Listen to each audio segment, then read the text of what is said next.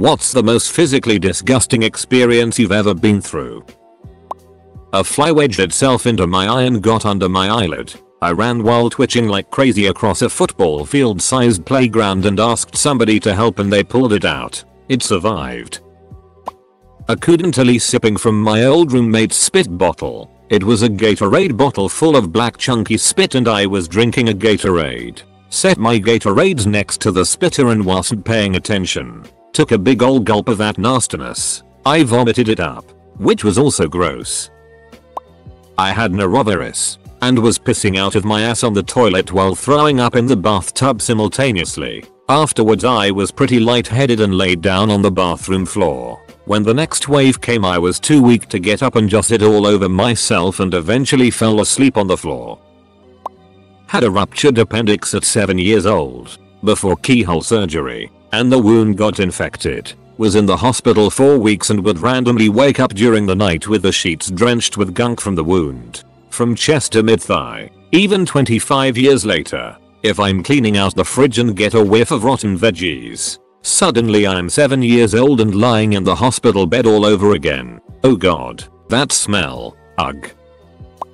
I got really addicted to painkillers. Really bad. They can duck you up in a bunch of ways. One of the side effects is constipation. I had an episode where I couldn't eat but was beyond backed up. I almost passed out from pushing too hard. It was literally ripping me open. I decided to go in with 2 fingers and break it. It worked and I whimpered. After I was done I took a bunch more pills to get over what had happened. I must have washed my hands for 30 minutes. Between the blood and smell, it scarred my soul. Slight update. I got sober shortly after that. A month or so later. Fingering your bottom can bring you close to rock bottom. Was traveling in Guatemala one summer and got pretty bad traveler's diarrhea or guat gut. In addition to my girlfriend, we both felt like it and were pooping wet, sloppy diarrhea out of our asses every hour. Like many places without modern plumbing, we weren't supposed to flush the toilet paper. As you can imagine, it got pretty rank in there between the two of us. Well, after a couple days and several bottles of Pepto, I went to the washroom and the smell just hit me. And in combination with my upset stomach, I couldn't hold it down. I immediately vomited what little I had in my stomach all over the sink. This wasn't the worst part, however, since the effort of puking broke my concentration that was holding in the next watery dump I was about to take. So there I am, bile dripping from my mouth. I shat myself. After I cleaned myself up, I wept and just rolled into a ball in the shower. 3/10. Wouldn't do again. When I was about 14-15, I had a blocked salival gland. We went and saw the doctor. Got referred to a specialist a few weeks later. Finally get in. And this thing is like a huge black worm attached to the bottom of my tongue. The specialist takes my mum into the other room and apparently says to my mum, "We can operate, but there will be a waiting list and it's expensive. Or I can just deal with it now." So my mother chose the expedient option. They gave me a cup of mouth rinse which was supposed to numb my mouth. He then held my tongue with a pair of forceps and starting chopping at the blocked gland with a pair of scissors. Suddenly it ruptured, spilling an unmentionable volume of cottage cheese-like substance throughout my mouth. And continued to erupt disgustingness like I have never physically felt before. I've almost puked twice writing this. It was nasty and it smelled and tasted exactly like you would think one of those awful cheese-like blackheads you see being popped on YouTube videos. Really hate getting anything under my tongue ever since. When my mother told me that as a toddler, she was giving me a bath when I suddenly shat myself. And then I decided it would be a great idea to eat it. Felt dirty for a week. One of my kids was born in a birthing pool. Amazing experience, don't get me wrong, but the 8 or so hours I spent in that pool trying to support my wife was the most physically disgusting experience of my life. I worked at a lab that processed literally hundreds of gallons of blood from various farm animals a day. Part of the job was cleaning out tubes of red blood cells and serum that had coagulated into a gelatinous mass with my fingers. Hundreds of these tubes a day, thousands in a week. And this was only one of 6 different animal bloods I dealt with regularly.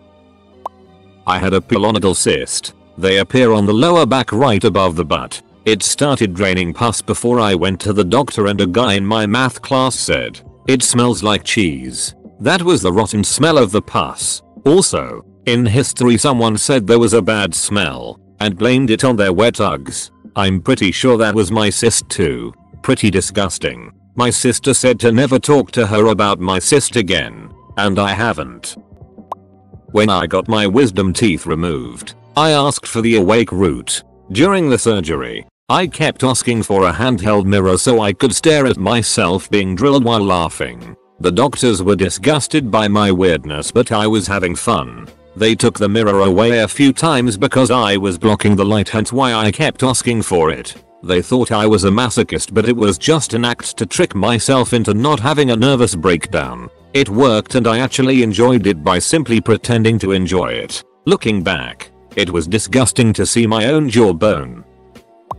I was working at a veterinary office and a client came in with his cat as an emergency. The cat was stiff as a board and in this really unnatural position. I'm pretty sure it was seizing, but didn't find out what happened with it because I grabbed it, cradled it, rushed it to the treatment area and turned it over to a doctor. As soon as I handed it over, I saw that the cat basically had been oozing a lot of bloody diarrhea, and it was all over my shirt, my arm, and in my hair. The smell was rank. All the vet staff out there know what kind of smell I mean. I have longish, thick hair, and it was coated in fecal matter from my shoulder down. One of the kennel staff ended up helping me wash my hair with strawberry oatmeal pet shampoo with my head hanging over our grooming tub. Just thinking about it makes me want to puke.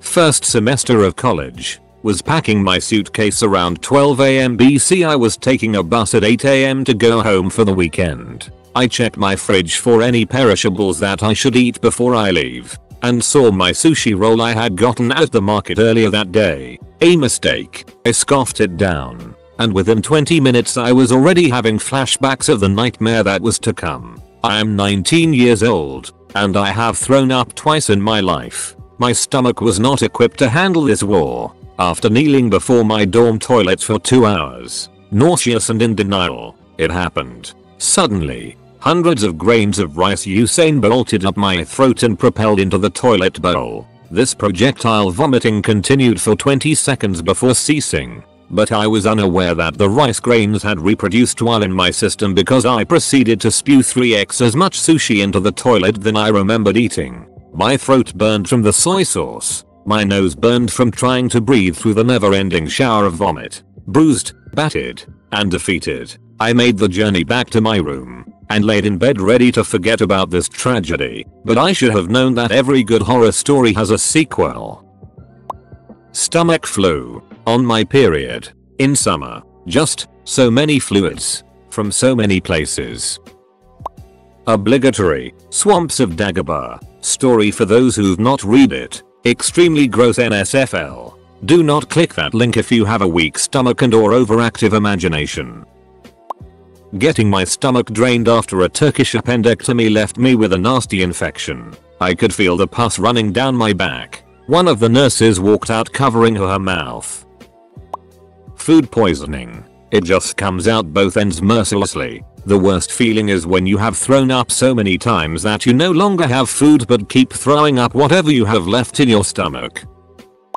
Unknowingly getting a spider caught under my pizza, taking a bit and ending up with chewed pizza and spider in my mouth. The wriggling, feeling like having multiple hairs in the pizza and the flavor I can't quite describe gave it away. I clogged the toilets in one of my high school's bathrooms, and I'm not that guy who leaves poop in public toilets. So I wrapped my hand in a bunch of toilet paper, physically separated the poop, without it touching my skin, mind you, flushed it successfully, and then furiously washed my hands and left. I still think about it a lot.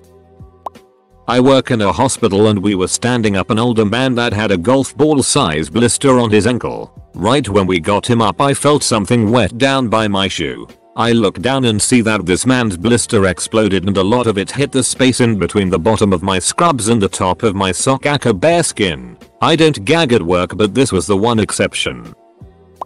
I cut a cyst on the top of my wrist and had to squeeze the pus out. Ugh. So much pus. While eating my guts out, I puked into my underwear. I was at a fancy restaurant hiding in the loo. Had to call my mum to help me. I once ate a whole kilo bag of sugar-free Haribo from Amazon over a weekend. I didn't know it was them that was doing it to me, so I kept eating them. Worst weekend of my life. Table next to mine in the dissection lab perforated the cadaver's bowel while opening up the abdomen. These weren't fresh cadavers either. It had taken us about 4 months of study to get around to opening the abdomen, plus however long the poor guy had been dead for until we started our dissection. The smell of the cadavers at that point in the year wasn't great to begin with, let alone with congealed, rotting bowel contents thrown in the mix. Was a nurse in California, but this happened during nursing school. We were doing rounds when we noticed that a patient had a fecal bag, similar to colostomy bag but placed around the rectal area, that is oddly bloated.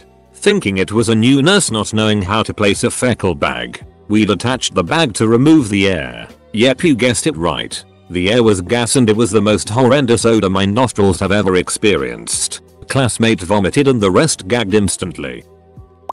I was combat medic with the US Army Infantry. I'll just say this, after one emergency I started keeping small plastic cups in my aid bag, like Dixie cup sized, hard plastic, because they're perfect for protecting eyeballs that pop out of somebody's head. Just put the cup over the hanging eyeball and do your best to tape it to the casualty's face. Also, just because a lazy medic says the guy in the driver's seat of a blown up tank is dead because he knows getting him out will be a pain in the ass, don't listen to him. Find a good medic, because he'll spend an hour getting your buddy to strap to a backboard and get his ass out rather than leave him to die, so it'll be easier to pull him out. Dissecting mildewy rats, sharks, and pigs was disgusting. The cow eyes were fresh. I had a cool science class in middle school, but anatomy doesn't disgust me. I have had bad experience with food, though. At my first elementary school, ages 6-11, school lunches should have been reported to the CDC. Chunky milk, moldy meat, green eggs and ham. Well, the hot dogs were literally green. The only person to attend every day of school was also the only one who ate lunch made from home. But the Costco breakfast bun, hamburger, egg, and cheese. I microwaved it and bit into it. The melted cheese was like American cheese, the kind that tastes like plastic, except it seemed to have melted and dried. Despite being freshly microwaved, the egg white seemed porous, and upon further inspection, that is, biting in, I felt warm liquid fill my mouth, as if I had just consumed a single gulp of lukewarm water. It was grease. The egg white was like one of those grow in the tub sponges, but instead of being filled with water, it was filled with grease. I was hooking up with this girl I met at a party in college, and as we were making out she threw up in my mouth. Felt gassy before a cross-country race. Didn't bother to use the restroom. About halfway through the 5k, 3.1 miles, race it just came out. It wasn't poop, more like liquid. Felt gross as hell, but I kept going. Felt very uncomfortable but couldn't have done anything. Didn't want people to know why I quit halfway through the race. My friends and I all went out one night and got pretty drunk. In the Uber home, one of my friends started getting dizzy, so we told the driver to please pull over for a bit. When we hears this, I guess he freaked out and slammed the brakes, which causes my friend to vomit everywhere. I mean on herself, on the floor, on me. Of course this causes a chain reaction, which ends in all four of us puking on each other all over the Uber. Tequila will never be the same. My friend clogged the toilet on an overnight trip when we were in school. We played a game of what are the odds to see which one of the four had to unclog the toilet with their bare hands. What are the odds is essentially a quick game you play amongst friends with a bet on the line. Loser does the bet. We said the person has to legit take out the hold it out of the toilet water, flush once, and then place poop strategically back in the toilet so that it would flush easily and smoothly. And you can guess who lost. Had to clean out my dad's apartment when he was going through detox. Hundreds of needles everywhere and blood splatters all over the walls and ceiling from needles being clogged with blood and him squirting them clean. The mix of blood, needles, broken and used crack pipes from your own father is a mixture of physical and emotional disgust. We My friends and I buried the needles and paraphernalia in my friend's backyard. It's since then been covered over with grass again, but the thought of them being there is kind of funny and poetic.